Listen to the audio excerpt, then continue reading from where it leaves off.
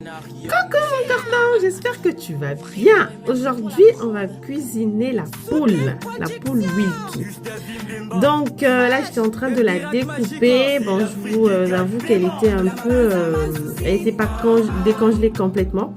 Donc il y avait un peu de glace. J'ai un peu galéré à la couper, mais bon, en tout cas, j'ai tout de même réussi à le faire. Donc là, je viens la laver avec de l'eau chaude. Et voilà, je tourne. L'eau, elle était très chaude, hein, donc je ne pouvais pas trop mettre mes mains dedans. Donc là, je retirais les petits poils qui restaient sur le poulet. Voilà, notre poulet, il est propre.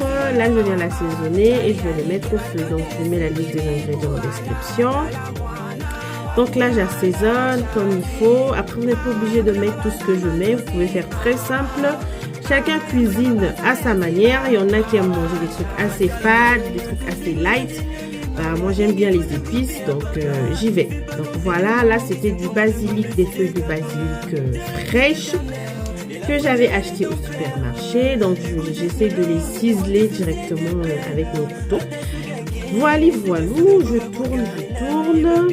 Et je vais laisser bouillir sans rajouter de l'eau. Comme ça, le poulet va bien s'imprégner de mes assaisonnements. Donc là, le poulet, il est en train de bouillir. Vous avez vu, il avait produit sa propre eau.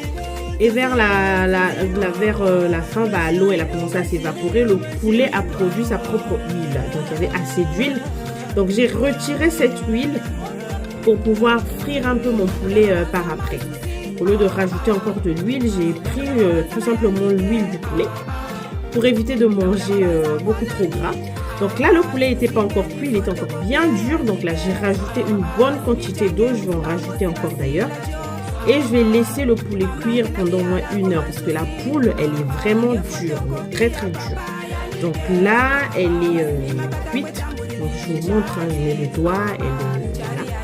On arrive à voir qu'elle est cuite. Et là, on va passer à la friture. On va la frire un tout petit peu. En tout cas, le but de ma friture, c'est pas de caraméliser le poulet en tant que tel. Parce que je voulais faire un sauté, en fait, avec des champignons. Donc là, je vais la frire légèrement, juste pour avoir des parties plus ou moins dorées. Pour apporter de la couleur et voilà, rehausser un peu le goût. Au lieu que ce soit tout blanc. Donc voilà.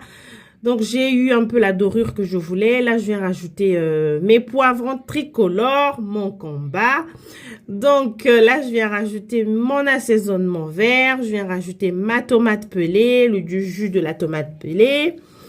Voilà, je tourne, regardez la couleur, regarde la couleur, mon cordon.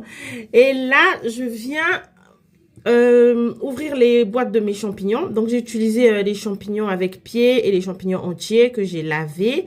Et je vais incorporer dans la marmite. Donc, je voulais vraiment faire un petit sauté façon sauce, façon soupe. Donc là, je viens rajouter le jus de cuisson de mon poulet. Voilà mon cordon, regarde la nourriture qui sera bonne quand tu vois, tu sais. Donc là, les noirs là, c'est parce que j'avais rajouté un peu de poivre noir hors caméra. Donc là, je viens tourner, regarder le résultat. Donc nous sommes presque à la fin.